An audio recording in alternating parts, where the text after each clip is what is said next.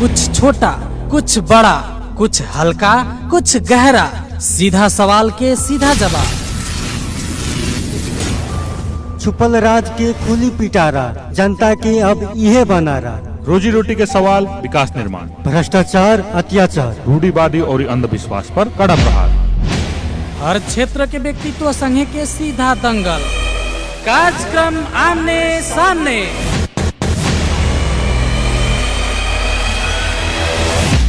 साता के 7 दिन सुबह 7:30 बजे से 8 बजे तक। कार्यक्रम आमने सामने। कार्यक्रम आमने सामने।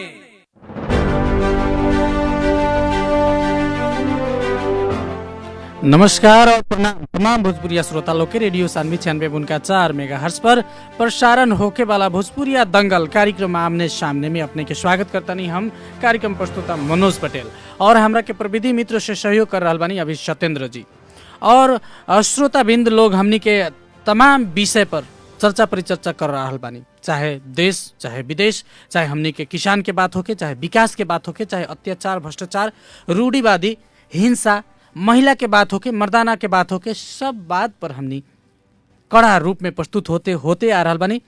और जो राज छुपल बा उ राज के भी हमनी टटोलीने सन, ओकरा के उजागर करे के भी प्रयास करीने। और हमनी के कार्यक्रम के खासियत ई बा कि आमने सामने के दंगल में हमनी सीधा प्रश्न पर सीधा जवाब लीने, हमनी कोनो घुमा के बातचीत ना करीने। जौन चीज बा उ चीज हमनी राखे के प्रयास करीने सन। और हर रोज के जैसन आज भी हम उपस्थित बनी और आज भी हमनी के कार्यक्रम आमने सामने के दंगल में जुड़ रहल बानी, सीधा प्रश्न पर सीधा जवाब देवे के खातिर। नेपाल जनता समाजवादी पार्टी के महिला नेत्री रंभा मिश्र जी के मधेश आंदोलन या बिरगज के राजनीतिक में परिचय देवे के ना पड़ी अपने लोग के। वहाँ विगत लंबा समय से मधेश के मुक्ति, मधेशवाद के वकालत करते आ रहल बानी और ओकरा खातिर लंबा लड़ाई वहाँ लड़ते आ रहल बानी। आज के कार्यक्रम में हम जनता समाजवादी पार्टी के चर्चित महिला नेत्री रंभा मिश्र से हम बातचीत करके हम प्रयास में बानी और उनकरा से हमनी के जिज्ञासा और सीधा प्रश्न के सीधा जवाब हमनी वहाँ से लेवे के प्रयास में बानी।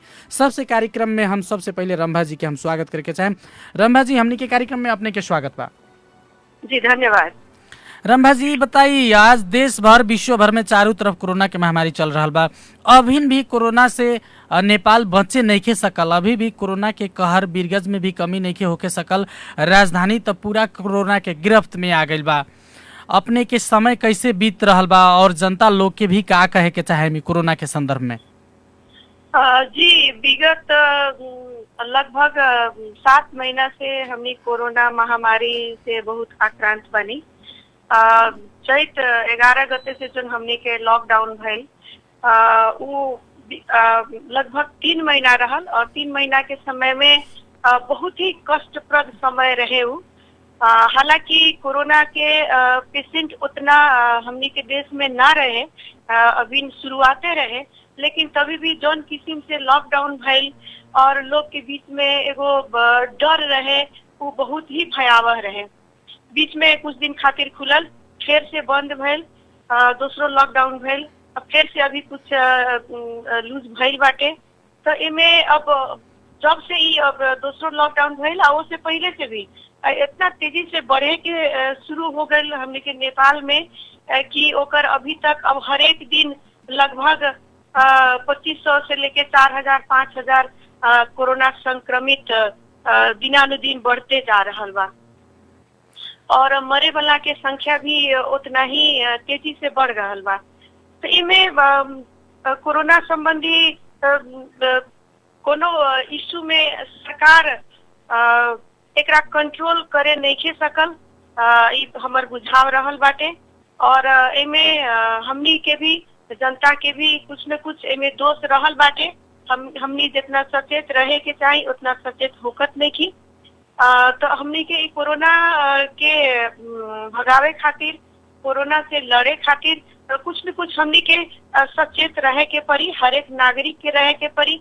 और सरकार के भी उतने इमे अपन एगो सतर्कता से बहुत ही कंसंट्रेट होके ई काम करल जरूरी बाटे। जगह जगह स्वास्थ्य उपचार के व्यवस्था, अलग से कोरोना अस्पताल, ई सब कईल जरूरी बाटे। बीच में तो भइल बा, लेकिन वो बहुत कम मात्रा में भइल बाटे। अभी इतना सरकार से ही निर्देशन आ रहल बाटे कि जेकरा कम अफेक्टेड बा, ज्यादा तकलीफ नहीं के तो अपने अपने घर में रही, ऐसा किस्म के भी समस्या आ रहल बा। रंभा जी, हम अपने के रोके जनता के खातिर हमनी राजनीति करीने, अपने लोग राजनीतिक दल के एगो अपने महिला नेत्री भी बानी। जनता के खातिर नेता लोग, देश के नेता लोग, राजनेता लोग जनता के खातिर राजनीति करेला लोग, लेकिन जनता के जब कष्ट पड़ेला तो राजनीति के और महत्व हो जाला, या कहीं कि नेता लोग के और सक्रिय होके के चाहिए, जनता के दुख में कैसे शरीक होके सकेम, जनता के समस्या से कैसे जनता के हमनी के निकास दे सकेम, ओकरा के कैसे बाहर निकाले सकेम। लेकिन नेपाल के राजनीतिक जौन बा हमनी के देख रहल बानी, हमनी के जब जब जनता पर संकट पड़ेला नेता लोग ही मतलब जनता के साथ में जुड़े ना सकेला, जनता के जीव धन के रक्षा ना करे सकेला, जनता के दुख सुख में शामिल ना होके सकेला। काहे ऐसे होला? अभिन के भी सरकार, प्रदेश नंबर 2 के सरकार अपने लोग के पार्टी के बा, प्रदेश नंबर 2 के सरकार और केंद्रीय संघीय सरकार दोनों सरकार फेल हो रहल बा। अपने के का टिप्पणी बा ई विषय में?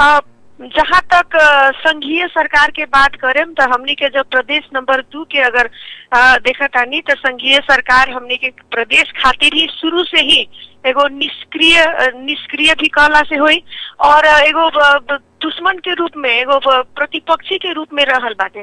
प्रदेश नंबर 2 संघीय सरकार के आंख में हरदम खटकत रहेला।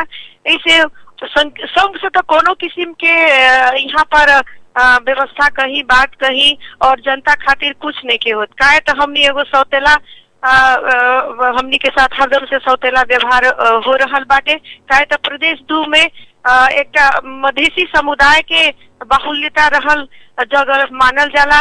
सरकार भी मधेश के पार्टी के सरकार है, वही से हरदम हमनी एगो बायसनेस में हमनी रहेनी। जहाँ तक प्रदेश सरकार के बात बाटे, प्रदेश सरकार अपना तरफ से पूरा प्रयास कर रहल बाटे, हर एक जगह जैसन हो सके।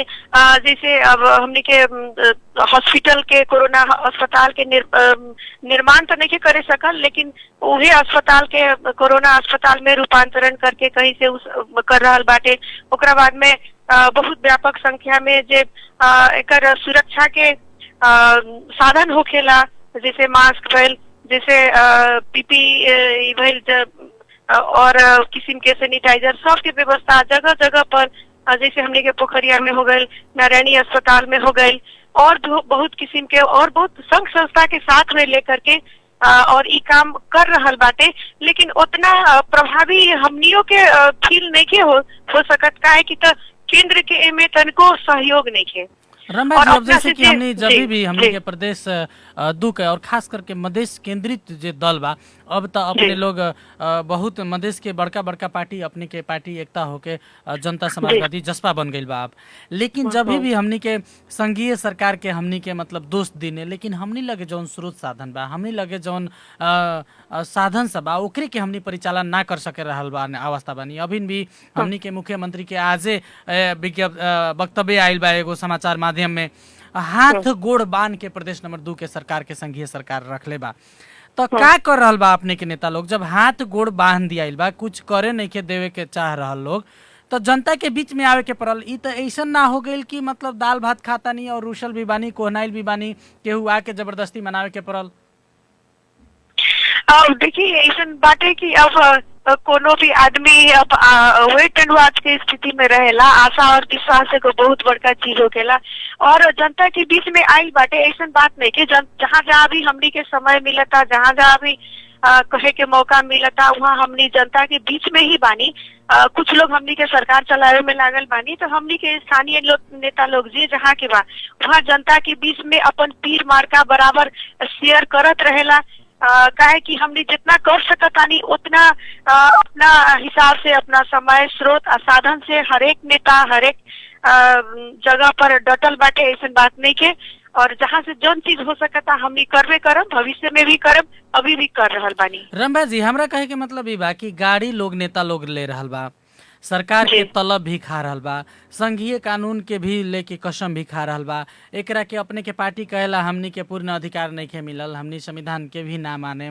तो ई दोहरा बात हो जाला जनता के बीच में, जनता ही कंफ्यूजन में आ जाला। और मान लेनी जौन अपना लगे स्रोत साधन बा या विकास के खातिर जौन बजट और योजना पारित कैले बा अपने के सरकार, प्रदेश नंबर 2 के सरकार, बीतल आर्थिक वर्ष में अपने देखी भौतिक पूर्वाधार मंत्रालय अंतर्गत के या कृषि मंत्रालय अंतर्गत के काफी सारा बजट सब फ्रीज भइल बा। रास्ता नहीं के बने सकल, कृषि लोग के यंत्र बिक्री वितरण नहीं के हो सकल, सिंचाई के व्यवस्था नहीं के हो सकल।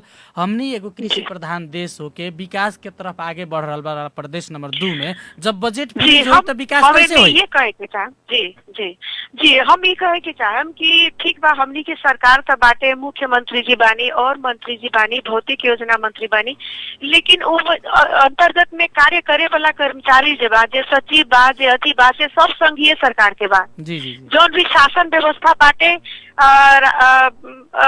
मतलब पुलिस प्रशासन होके चाहे जे भी होके, तो वहाँ से सब संघ से ये सब केंद्र से नियंत्रित होकेला। अब जब उहे लोग अगर जे प्रशासनिक वर्ग के लोग बाटे, उहे अगर अच्छा से अगर समन्वय करके ना चली, अगर प्रदेश सरकार के एगो कंट्रोल में करके ना, प्रदेश सरकार के कंट्रोल में ना रही, तो कुछ ढीला सुस्ती हो जाला ई काम में। और अपने जानते बानी हर एक जगह जैसे जो कोनो भी प्रशासनिक ऑफिसर बाटे, जैसे नगर पालिका में हो गए, प्रशासकीय अधिकृत हो गए, या सीडीओ में सीडीओ हो गए, ओकरा बाद और कोनो भी जगह बाटे, पुलिस प्रशासन बाटे, आर्मी बाटे, कहीं बाटे, तो हर एक जगह अपने देखम कि संघ सरकार के ही कर्मचारी लोग बाटे। तो ऐसा अवस्था में काम करे में तनी दिक्कत बाटे, और ये हमनी के एगो मजबूरी हो जाता कि समय पर कोनो योजना कुछ बनावे खातिर तो सब स्टाफ के हर एक वर्ग के लोग के उतने में जरूरी पड़ेला जी। रंभा जी मिलत नहीं के रंभा जी, जैसे कि अपने कहनी है पुलिस प्रशासन की भी बात कहनी है, हालांकि कानून प्रदेश सरकार के बन चुकल बा लंबा समय से, लेकिन संघ के कानून के कारण से कुछो में अड़चन आ रहा बा। लेकिन जौन कानून सब बन गई बा, जैसे अपने के प्रदेश नंबर में लोक सेवा आयोग ही गठन बा, वर्षों वर्ष में एको गो विज्ञापन ना निकाले सकल, हाले में एगो कुछ विज्ञापन निकलने बा लोग। और एकरा अलावा जैसे कि कृषि के खातिर जौन बजट हमने निकलले बनी, कृषि के खातिर ही करोड़ों रुपया बजट खर्च हो जाता, जबकि हमने के किसान के अवस्था देखी अपने के कैसन अवस्था बा, समय पर खाद मल नहीं के मिल रहा। अपने प्रदेश नंबर 2 के सूचकांक देखी, मानव सूचकांक हर एक में पीछे बा, लेकिन भ्रष्टाचार में फिर हमने आगे बढ़ी, तो कैसे मधेश के विकास हो सकी? अब तो देखिए, भ्रष्टाचार तो हर एक देश में बाटे, अमेरिका में भी बा, जापान में भी बाटे, और हर एक जगह में हर एक समय में होकत रहेला। ओकर बहुत इनकार करे के जरूरत नहीं के, इकोनो से छुपल छुपायल नहीं के, होता हर एक जगह होता। लेकिन तो पर भी ओमे कुछ परसेंटेज ऐसा रहेला, आदमी मतलब अगर 100 बाटे तो ओमे हमरा कहे से 80 के विकास होके के चाहिए, 20% में आदमी करो। लेकिन ऐसा बाटे हमनी के देश में कि भ्रष्टाचार के तो ऐसा बाटे कि 80 खा लेता लोग, अब 20 के नहीं के गारंटी नहीं के कि विकास हुई। जहाँ कागज अटकल बाटे वही कागज अटक जाता। बहुत कुछ में प्रशासन के एगो काम करे के शैली जे बाटे से वैसने बाटे, तो एक के कारण ये सब होखेला। अब समय पर काम ना हुई तो पैसा के दुरुपयोग होकबे करी, पैसा फ्रीज होकबे करी। तो के देखी मिश्रा जी, अपने लोग राजनीति करे वाला, अपने लोग ऐसा व्यक्ति लोग ये सब चीज के विरोध ना करी तो के करी? अब हमनी अब देखल जाओ, हमनी अब कहाँ तक विरोध करी, हमनी आंदोलने में पानी हर एक घड़ी सड़के पर जा करके आंदोलन अपने के पार्टी के भी प्रदेश नंबर 2 में बरियार पकड़ बा, स्थानीय सरकार में भी अपने के पार्टी के नेता लोग भी भ्रष्टाचार में पूरा लिप्त बा, समाचार आयल बा, अख्तियार में लोग फंसल बा, मुद्दा पड़ल बा। को जने के पार्टी अपने के कार्रवाई कैले बा? अभी तक ले तक कार्रवाई के वैसन कोनो अथी नहीं आयल अपने के पार्टी के तरफ से? देखिए, सारा व्यवस्था ये भी बहुत ढुलमुल तरीका से चल रहा बाटे। एगो तो कोरोना महामारी के कारण जे जहाँ बाटे वही अथी हो बा, विकास कार्य कहाँ से होगी जब आदमी के सड़क पर निकले के व्यवस्था नहीं के, सड़क पर जाए के अनुमति नहीं के, तो विकास कार्य में ढीला सुस्ती होकबे करी। लेकिन अब लॉकडाउन खुलल बाटे तो अब धीरे धीरे हमनी के आशा कल जाओ कि गाड़ी कागज सब बढ़ी और फ्लोर पर विकास के कार्य होगी। रंभा जी, हम एगो और बात भी जोड़े के चाहे, हम अपने एगो महिला नेत्री भी बानी और हमनी के देश में पिछिलका बार देखल जाओ तो हत्या, हिंसा, बलात्कार, महिला के ऊपर उत्पीड़न के घटना सब काफी बढ़ोतरी भइल बा। नया नेपाल में तो और बढ़ोतरी भइल बा। ऐसन पहले भी ना रहे। लोग कहता कि अब तो और अति हो गई। पर्सा जिला के कालिका माई में देखी एगो औरत के आपत्तिजनक अवस्था में सब भेटाइल। 12 जिला में रेप करे वाला आदमी के बलात्कारी लोग के जनप्रतिनिधि लोग बचावे के प्रयास कर रहल बा। तो महिला लोग के अधिकार में अपने लोग जैसन महिला नेत्री के एकरा के समाज के रूपांतरण, एकरा बाद में सामाजिक जागरण के दिशा और राजनीति काहे ना जा सकेला। जब भी राजनीतिक भाग एगो खींचातानी में ही हमनी के रहेला का ऊ काम सामाजिक परिवर्तन के काम सिर्फ एनजीओ और आईएनजीओ लोग के बा, राजनीतिक के भी सामाजिक जागरण से हमनी नहीं जोड़ सकत। ये बात अपने के बहुत अभी समसामयिक इस समस्या बाटे। हाल के दिन में इतना न बलात्कार के घटना और जघन्य अपराध के घटना बढ़ रहल बाटे। छोट छोट बच्चा से लड़की सबसे बलात्कार हो रहल बा। बहुत ही निंदनीय, बहुत ही घृणात्मक चीज बाटे। और हमने अब अपना अपना स्तर से लागल बानी, कभी सड़क से होते हुए या अपने के जैसे संचार माध्यम से होते हुए हमनी समय समय पर आवाज उठा रहल बानी। अब इनमें बहुत किस्म की समस्या बाटे। हमनी के देश में लोग के अपने जैसे कहलिए कि लोग के जागरण, सचेतना ये सब संबंधी के विकास नहीं के भइल। अगर होखता जौन आदमी करता ओकरा राजनीतिक संरक्षण मिल जाता, ओकरा सामाजिक संरक्षण मिल जाता। ऐसे हवानियत वाला आदमी के और कड़ा कानून नहीं के, कड़ा कानून एकर बनावल जरूरी बाटे। सरकार तो कर रहल बा, महिला के लोग के खातिर कड़ा कानून बन रहल बा। पिछिलका मुल्की नेपाल में महिला लोग के खातिर, बलात्कारी लोग के खातिर, एसिड प्रहार करे वाला लोग के खातिर अभी बहुत कड़ा कानून बनल है। 20 वर्ष तक ले भी कैद हो सकता। लेकिन कार्यान्वयन पक्ष बहुत कम बा और अपने लोग जैसन जुधारू महिला लोग के आवाज बुलंद नहीं कर सक रहल। ये अवस्था बा। हमनी के देखिए, हमनी अभी जस्ट हमनी के जो एसिड अटैक वाला केस भइल रहे, ओइमे हमनी सशक्त रूप से एक सड़क में जाके भी हमनी अपनी विरोध प्रदर्शन करी। उहे के देना जगह जगह पर हमनी जैसे महिला या पुरुष लोग भी ओइमे साथ देले बानी। और वही किस्म के अभी सरकार के कान में कुछ तेल पड़ल बाटे। तो अभी हाल साल में कुछ दिन पहले एसिड अटैक के विरुद्ध में 20 वर्ष से कैद सजाए के कड़ा कानून ले आइला। वही नहीं तो महिला बलात्कार और इस सब केस में भी ऐसे किस्म के कानून होके, मृत्यु दंड के कानून होके के चाहिए। ये हमार मांग रहल बाटे सरकार से। रंभा जी, जैसे कि हमनी के देख रहल बानी, महिला के नया नेपाल में भी महिला के अवस्था एकदम दयनीय होते जा रहल बा। और अपने के सरकार, एक और बात हमें में जोड़े के चाहे, प्रदेश नंबर 2 के सरकार एगो बहुत ही महत्वाकांक्षी योजना प्रदेश के प्रदेश स्वच्छता अभियान, सर सफाई अभियान चला रहल बा। यही लाखा बेटी बचाओ बेटी पढ़ाओ अभियान भी संचालन कर रहल बा, जेकरा के बहुत चर्चा परिचर्चा भी भइल बा, विगत में लोग सराहना भी कैले बा। लेकिन अपने के का लगाता, सिर्फ साइकिल बांट देला से, कुछ नदी नाला सफाई कर देला से सर सफाई अभियान सफल हो जाए, बेटी बचाओ अभियान सफल हो जाए? बीरगंज में दिन दहाड़े, बीरगंज और लगायत के शहर समय जौन हमनी के प्रदेश नंबर 2 के मुख्य शहर सब बा, भ्रूण चेक कइल जाता और बेटी लोग के पहले ही मार दिया था। तब बेटी जब जन्मे ना ली तो अपने लोग बचाएम कैसे? सबसे पहले तो हम ये कहे के चाहब कि ई जो योजना सब आयल बाटे, स्वच्छता अभियान और बेटी बचाओ बेटी पढ़ाओ अभियान, ये सब कथी बाटे कि बहुत ही स्वागत योग्य आ बहुत ही प्रशंसनीय एगो अभियान शुरू कैले बाटे। हमने के प्रदेश नंबर 2 के सरकार एकर बहुत प्रशंसा करे के पड़ी। लेकिन जहाँ तक कार्यान्वयन के पक्ष बाटे, इतनी फितलो बाटे, ये हमने के भी महसूस होता। साइकिल बांटला से कोनो बेटी बच न जाई आ पढ़ न ली, अपने की कहल बिल्कुल जायज बाटे। तो एक ही खातिर हम ये कहे कि चाहे कि हमनी के मुख्यमंत्री जी या उनकर आसे पासे जे रहल लोग बानी, वो बहुत ही सक्षम लोग बानी, बहुत ही विद्वान लोग बानी। लेकिन जहाँ तक महिला अधिकार के बात आवेला, वहाँ हमनी के प्रदेश सरकार में होके महिला, सशक्त महिला के उतना प्रतिनिधित्व नहीं के हमरा ही कभी महसूस होकेला। अब अभी इनके में कथी भइल बाटे कि घर से महिला उठा के भी सीधे ले आके संसद में रख देला से ना हुई। वो करे खातिर, वो सामाजिक रूपांतरण खातिर एगो सजग, सचेत, पढ़ल लिखल, प्रबुद्ध महिला सब वहाँ राखे के पड़ी और तभी ने हमनी के महिला अधिकार के खातिर बात उठावे सकी। कैसे हो राजनीतिक में, नेपाल के राजनीतिक में और खास करके प्रदेश नंबर 2 के राजनीतिक में रंभा जी देखल जाओ तो महिला लोग बहुत पिछाड़ी बा लोग। महिला लोग एक तो राजनीतिक में ना आवेला, जे महिला लोग राजनीतिक में आगे भी गइल बा ओकरा के कहीं ना कहीं पार्टी में वैसन जगह नहीं के मिले सकल। अपने भी संकट कैनी है कि सीधे घर से उठा के लोग रख देवेला, या तो अगर अवसर भी मिलेला तो समानुपातिक में मिलेला, ओहू से अवसर मिलेला स्थानीय सरकार के उप प्रमुख में मिलेला, उपाध्यक्ष में मिलेला।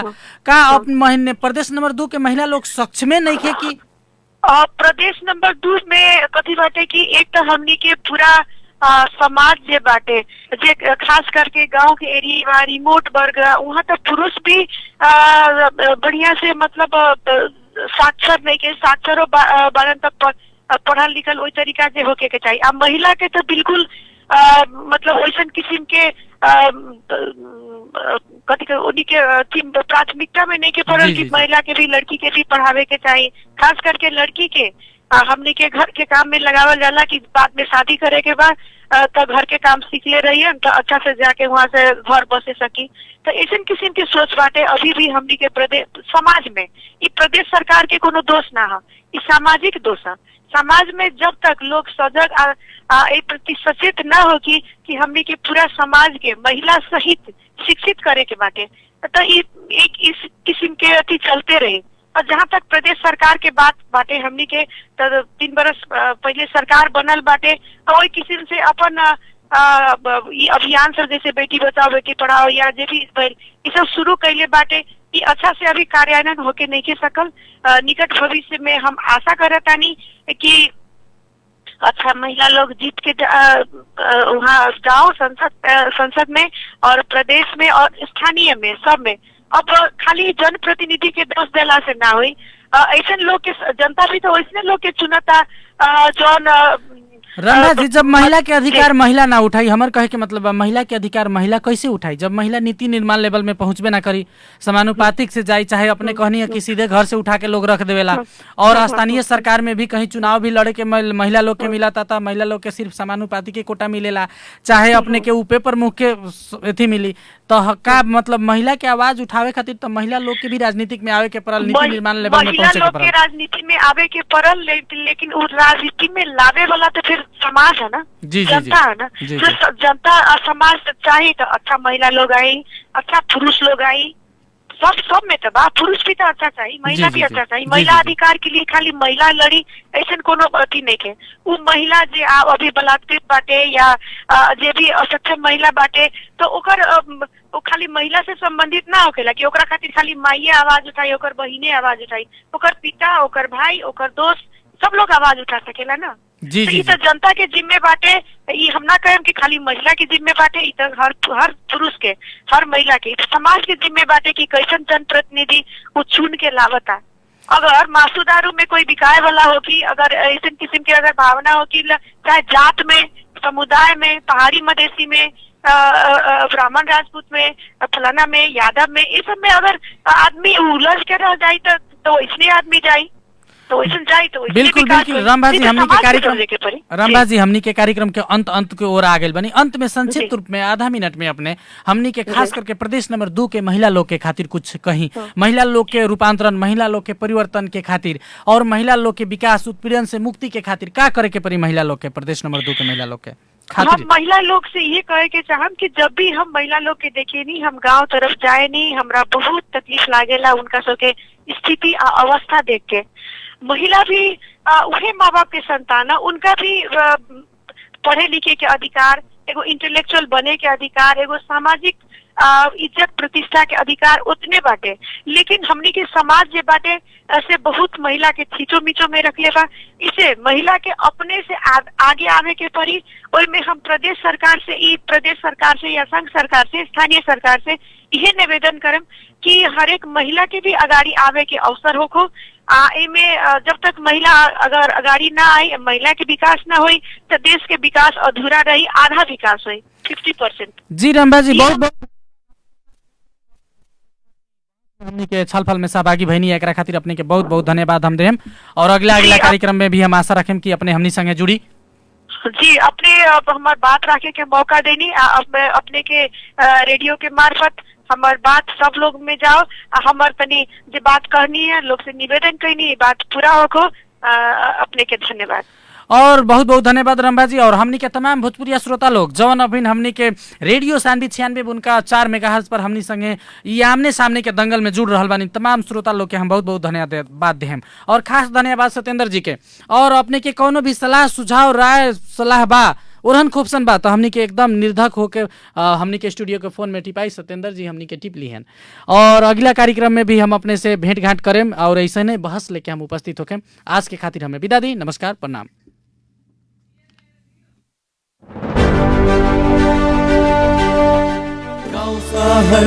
सारा गुंजाउने यो हो radio Sanvi 96.4 radio Sanvi time check अहिले 8 बजेको छ। This time check is sponsored by Nepal Indo Hospital 24